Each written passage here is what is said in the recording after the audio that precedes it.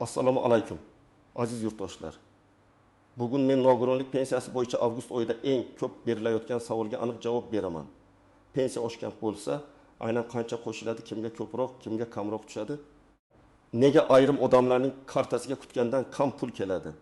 Va hisob-kitobni o'zingiz qanday tekshirasiz? Bu ma'lumot juda muhim, chunki u faqat nogironligi bo'lgan fuqarolarga emas, ularning ota-onasi, farzandlari, turmush o'rtog'i, parvarish qilayotgan yaqinlariga ham tegishli. Videoni hoziroq kanalga obuna bo'lib, like bosib qo'ying. Chunki men bu mavzuni oddiy tilda, raqamlar bilan real hayotdagi holatlar orqali tushuntirib beraman. Eng katta chalkashlik shundaki, odamlar pensiya osh degan xabarni eshitadi va hamma bir xil summa oladi deb o'ylaydi. Aslida bunday emas. Nogironlik pensiyasi har bir insonda turlicha bo'ladi. Kimdadir ish staji bor, kimdadir ish staji kam, kimdir bolalikdan nogironlik bo'yicha to'lov oladi. Kimdir mehnat faoliyati davomida kasallik yoki jarohat sabab nogironlik pensiyasiga chiqqan. Yana bir muhim tomoni bor. Ba'zi fuqarolarda asosiy pensiya ustama kompensatsiya parvarish puli yoki boshqa qo'shimcha to'lovlar qo'shilgan bo'lishi mumkin. Shuning uchun avgustdagi oshirishni to'g'ri tushunish uchun avvalo qaysi summa oshirilayotganini bilish kerak. Oldin qanday edi? Oldin fuqaro iyul oyida masalan 800 ming so'm nogironlik pensiyasi olayotgan bo'lsa, u shu summani o'zining odatiy miqdori deb bilgan. Avgustdan pensiyalar oshirilganda esa ko'pchilik 200 ming so'mga yana masalan 200 ming yoki 300 ming qo'shiladi deb kutadi. Lekin amalda oshirish odatda foiz asosida qilinadi. Ya'ni sizning oldingi pensiyangiz qancha bo'lsa, qo'shiladigan pul ham shunga qarab hisoblanadi. Kimning pensiyasi yuqoriroq bo'lsa, unga qo'shiladigan summa ham yuqoriroq ko'rinadi. Kimning pensiyasi minimal miqdorlarga yaqin bo'lsa, unda qo'shiladigan farq ham nisbatan kamroq bo'lishi mumkin.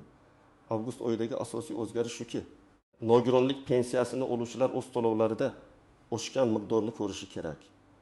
Bu oshirish oddiy til bilan aytganda, avvalgi tayinlangan pensiya miqdoriga qo'shimcha foiz qo'llanishi orqali sharhlanadi. Men bu yerda eng muhim narsani alohida aytaman. Kartangizga tushgan pulni faqat kelgan summa bo'yicha baholamang. Ba'zan avgust oyida o'tgan oy qarzdorlik yopilishi, bankdagi ushlanmalar, aliment, kredit, ijro hujjati, ortiqcha to'langan pulni qaytarish yoki kechikkan to'lov bilan aralashib ketishi mumkin. Shuning uchun to'g'ri xulosa qilish uchun menga jami qancha tushdi emas, mening yangi oylik pensiya miqdorim qancha bo'ldi degan savolga javob olish kerak. Masalan, iyul oyida siz 900 ming so'm olgan bo'lsangiz va oshirish 15% bo'lsa, hisob quyidagicha bo'ladi. 900 ming so'mning 15% 35 ming so'm. Demak, yangi miqdor 20 million 35 ming so'm bo'ladi. Agar siz avval 20 million 2 ming so'm olgan bo'lsangiz, 15% qo'shilsa, ustiga 1 ming so'm qo'shiladi va yangi summa 20 million 3 ming so'm bo'ladi. Agar siz 70 ming so'm atrofida olgan bo'lsangiz, 25% 20 ming so'm bo'ladi. Mana shu sababli odamlar orasida falonchiga 1 ming qo'shilibdi, menga esa 25 ming qo'shilibdi degan gaplar chiqadi.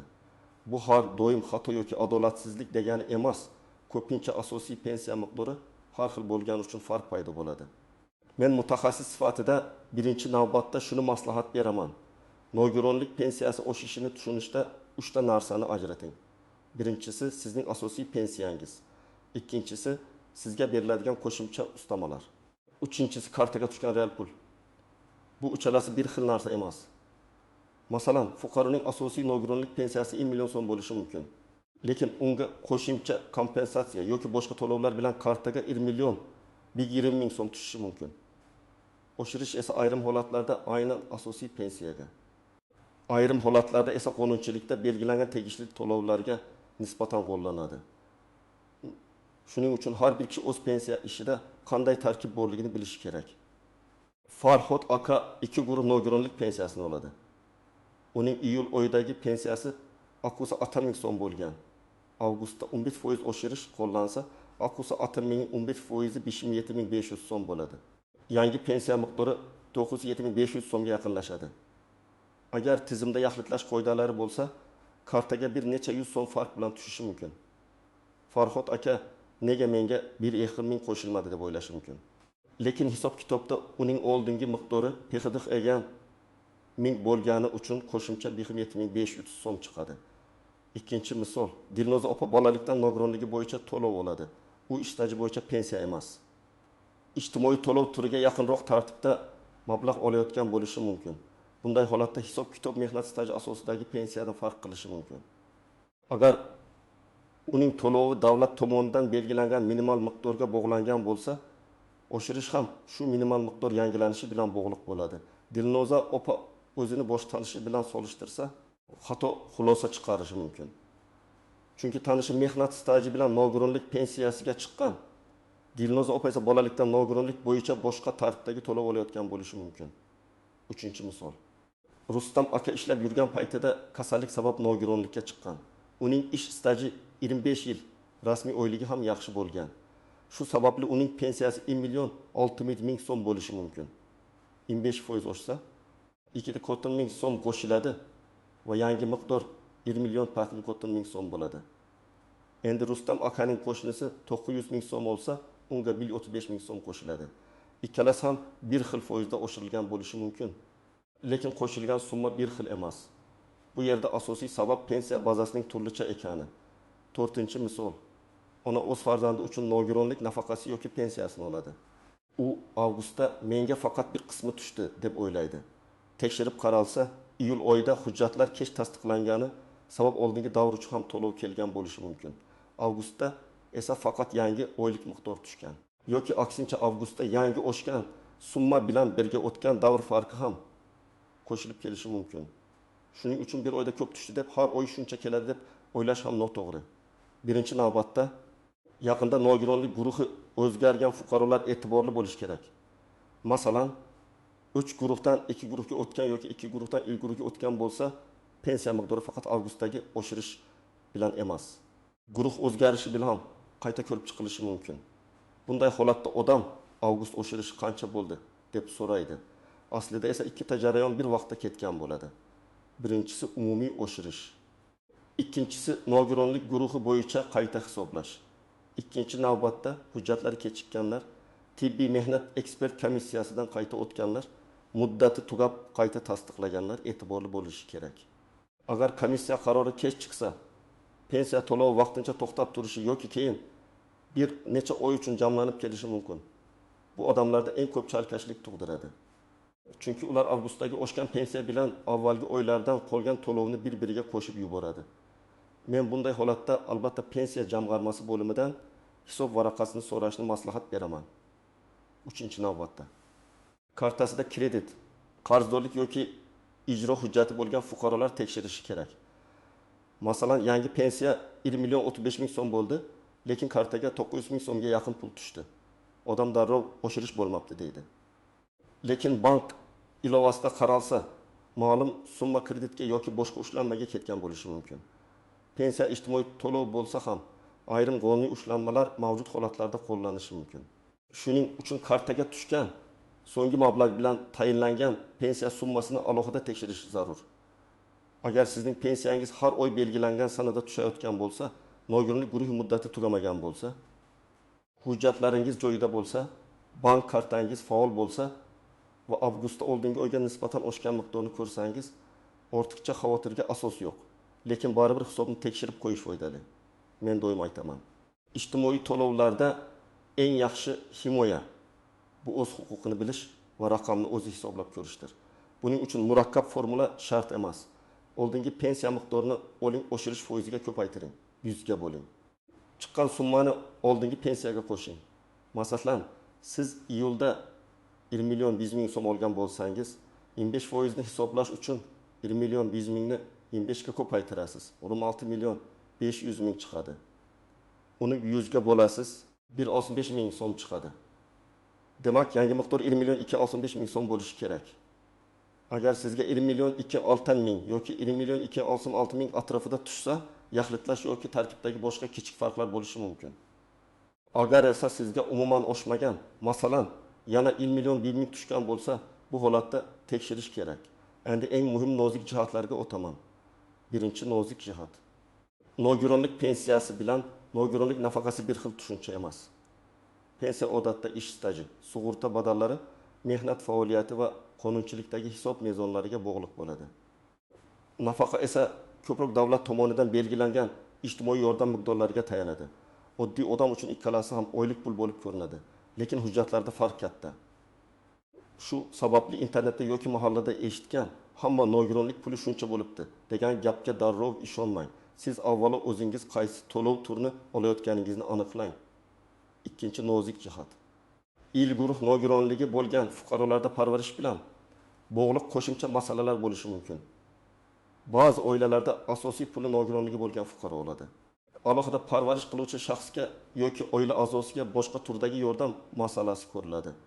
Bu to'lovlarning hammasi bir xil tartibda oshadi deb o'ylash xato. Har birining manbasi va huquqiy asosi boshqa bo'lishi mumkin. Shuning uchun mening umumiy oilaviy daromadim avgustdan qancha oshdi degan savolga javob berish uchun barcha to'lovlarni alohida sanash kerak. Uchinchi nozik jihat. Agar nogironlik guruhi muddati tugagan bo'lsa, to'lov vaqtincha to'xtashi mumkin. Bu oshirish bekor bo'ldi degani emas. Bu hujjat tasdiqlanmagani sabab tizim to'lovni ushlab turgan bo'lishi mumkin. Qayta ko'rikdan o'tib, komissiya xulosasi bazaga kiritilgach, tegishli davr uchun qayta hisob-kitob qilinadi. Lekin bu jarayon avtomatik bo'ladi deb jim o'tirmaslik kerak.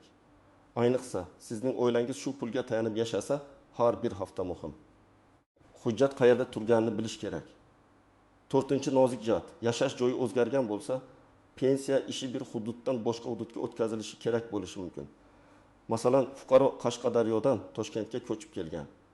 Ro'yxatini o'zgartirgan, lekin pensiya ishi eski tumanida qolgan.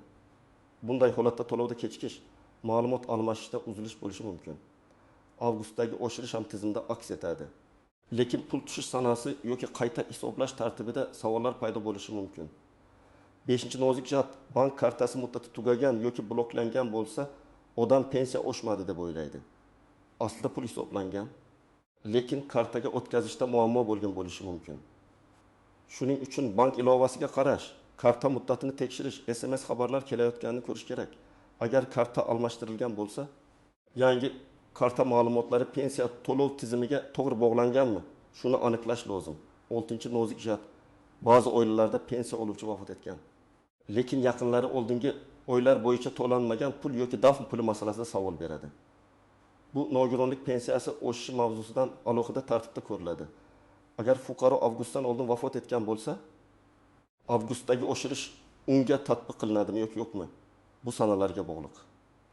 Agar pensiya tayinlangan davrda hisoblangan, lekin olinmay qolgan bo'lsa, merosxo'rlar yoki qonuniy yaqinlar belgilangan tartibda murojaat qilishi mumkin.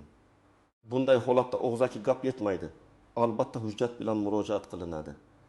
7-nozik jihat. Ayrim fuqarolar mening pensiya minimaldan kam bo'lmasligi kerak deb to'g'ri aytadi. Lekin minimal miqdorlar to'lov turiga qarab farq qilishni unutadi. Yoshga doir pensiya, nogironlik pensiyasi, bo'g'uvchisini yo'qotganlik pensiyasi, bolalikdan nogironlik nafaqasi. Mehnatga layoqatsiz shaxslarga ijtimoiy nafaqa kabi tushunchalar bir-biriga o'xshab ketsa ham, minimal chegaralari turlicha bo'lishi mumkin. Shu sababli qo'shningiz, qarindoshingiz yoki tanishingiz bilan solishtirishdan oldin ikkalangiz bir xil to'lov turdasizmi? Shuni tekshiring. Endi aniq harakat rejasini aytaman. Birinchi qadam, iyul oyida qancha olganingizni aniqlang. Buni bank SMS xabari, bank ilovasi, to'lov kvitansiyasi yoki pensiya jamg'armasi ma'lumoti orqali ko'rishingiz mumkin. Muhimi, kartaga kelgan umumiy tushumni emas, aynan oylik pensiya miqdorini topishga harakat qiling. Agar o'sha oyda qarzdorlik yoki qo'shimcha to'lov kelgan bo'lsa, hisob chalkashadi. Ikkinchi qadam, avgust oyidagi yangi tushumni tekshiring. Bank ilovasida pul kelgan sana summa va izohga e'tibor bering. Ba'zida to'lov bir nechta qismga bo'linib tushadi. Masalan, birinchi qism asosiy pensiya, ikkinchi qism qayta hisoblangan farq bo'lishi mumkin. Shuning uchun faqat bitta SMSga qarab xulosa qilmang. Oxirgi 30 kunlik kirimlarni to'liq ko'ring. Uchinchi qadam, farqni hisoblang. Avgustdagi yangi oylik miqdordan iyuldagi eski oylik miqdorini ayring. Masalan, iyulda 920 ming so'm, avgustda 1.902.500 so'm bo'lsa, farq 1.2500 so'm. Bu 920 mingning 25%ga teng. Demak, hisob to'g'ri. Agar farq juda kam chiqsa, masalan, atiga 20 ming so'm bo'lsa, buning sababini aniqlash kerak. 4-qadam. Pensiya jamg'armasiga murojaat qilishdan oldin hujjatlarni tayyorlang. Sizga pasport yoki ID karta, JSHR raqami, nogironlikni tasdiqlovchi TM2 yoki tibbiy ijtimoiy ekspertiza hujjati, bank karta ma'lumotlari. oldingi va yangi to'lovlar bo'yicha SMSS yoki bank ko'chirmasi kerak bo'lishi mumkin. Agar siz boshqa odam nomidan murojaat qilsangiz, qonuniy vakillik hujjati yoki ishonchnoma talab qilinishi mumkin. 5-qadam. Murojaatda aniq yozing. Menga pul kam tushdi deb umumiy gap yozishdan ko'ra aniqroq yozing. Masalan, men iyul oyida nogironlik pensiyasi sifatida 900 ming so'm olganman. Avgust oyida pensiya oshirilgani haqida ma'lumot berildi. Ammo kartamga 900 ming so'm tushdi yoki oshgan farq aks etmadi. Mening pensiya miqdorim qayta hisoblanganmi? Avgust oyidan yangi miqdor qancha bo'lgani yozma ravishda ma'lum qilishingizni so'rayman. Mana shunday aniq murojaat qilsangiz, javob ham aniqroq bo'ladi. 6-qadam, qayerga murojaat qilishni biling. Eng avvalo yashash joyingizdagi pensiya jamg'armasi bo'limiga murojaat qilasiz. Agar masala tibbiy xulosa bilan bog'liq bo'lsa, tibbiy ijtimoiy ekspertiza komissiyasi hujjatlari ham tekshiriladi. Agar pul hisoblangan lekin kartaga tushmagan bo'lsa, bankka ham murojaat qilinadi. Agar javobdan qoniqmasangiz, yuqori turuvchi tashkilotga yoki yagona davlat xizmatlari orqali yozma murojaat qoldirish mumkin. Og'zaki so'rov yaxshi, lekin murakkab holatda yozma murojaat kuchliroq bo'ladi. Chunki unga rasmiy javob berilishi kerak.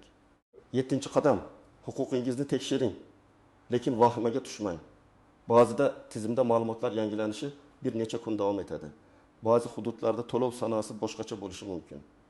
Lekin bir oydan ortiq vaqt o'tib ham oshgan farq ko'rinmasa, buni e'tiborsiz qoldirmaslik kerak. Ayniqsa, siz minimal pensiya yoki ijtimoiy nafaqa olsangiz, har bir qo'shimcha summa oila byudjeti uchun muhim. Yana bir muhim maslahat. Hech qachon hujjatlaringizni begona odamga berib yubormang. Pensiyangizni oshirib beraman, tizimdan tekshirib beraman, falon joyda tanishim bor degan gaplarga ishonmang. Pensiyani oshirish shaxsiy tanish bilish orqali emas, qonuniy asos, hujjat va rasmiy hisob-kitob orqali amalga oshadi. Agar sizdan pul so'rashsa, bu alohida xavfli signal. Rasmiy davlat organlariga murojaat qiling, bank ma'lumotlaringizni, SMS kodlaringizni, karta raqamingizning maxfiy qismlarini hech kimga bermang. Men yana bir amaliy misol keltiraman. Aytaylik, Mahmud aka iyulda 1 million 300 ming so'm pensiya oldi. Avgustda 1 million 495 ming so'm tushdi. Farq 195 ming so'm. 1 million 300 mingning 15% ham 195 ming so'm. Demak, hammasi to'g'ri. Endi boshqa holat. Sayda opa iyulda 800 ming so'm oldi. Avgustda 1 million 50 ming so'm tushdi. Farq 2,5 ming so'm. Bu faqat 15% oshirishdan ko'proq. Demak, bu yerda yoki o'tgan oy uchun qarzdorlik qo'shilgan, yoki guruh o'zgargan, yoki boshqa qayta hisob-kitob bor. Sayda opa kelasi oy ham 1 million 7 ming tushadi deb o'ylamasligi kerak. U yangi doimiy oylik miqdorini alohida aniqlash kerak. Yana bir holat. Jamshid aka iyulda 1 million so'm olgan, avgustda ham 1 million so'm tushgan. Agar uning nogironlik guruhi muddati tugamagan, kartasi faol va boshqa muammo yo'q bo'lsa, bu tekshirilishi kerak bo'lgan holat. U pensiya jamg'armasiga borib, avgust oyidan pensiyam qayta hisoblanganmi deb so'rashi kerak. Javob og'zaki bo'lsa ham, hisob varaqasini ko'rishni so'rash foydali. Agar tizimda xatolik bo'lsa, keyingi oy farq qo'shib to'lanishi mumkin. Demak, aziz yurtdoshlar, nogironlik pensiyasining avgustdagi o'sishini to'g'ri tushunish uchun bitta asosiy qoidani yodda tuting. Hammaga bir xil pul qo'shilmaydi. Hisob har bir odamning oldingi pensiya miqdori, to'lov turi, nogironlik guruhi, hujjat holati va qo'shimcha ustamalarga qarab farq qiladi. Eng to'g'ri yo'l iyuldagi summani toping, avgustdagi summani solishtiring. Farqni hisoblang va shubha bo'lsa, rasmiy tartibda murojaat qiling. Men sizga maslahat beraman. Bugunoq bank ilovaningizdan yoki SMS xabarlardan eski va yangi pensiya miqdorini tekshirib chiqing. Agar farq chiqmasa yoki tushunarsiz bo'lsa, pasport, nogironlik hujjati va bank ma'lumotlari bilan pensiya jamg'armasiga murojaat qiling. Kommentariyada yozing. Sizda avgust oyida qancha qo'shildi? Qaysi guruh bo'yicha pensiya olasiz va hisob-kitob sizda to'g'ri chiqdimi? Videoga like bosing, kanalga obuna bo'ling. Chunki men keyingi videolarda ham pensiya, nafaqa, ijtimoiy yordam va huquqiy masalalarni oddiy tilda tushuntirishda davom etaman.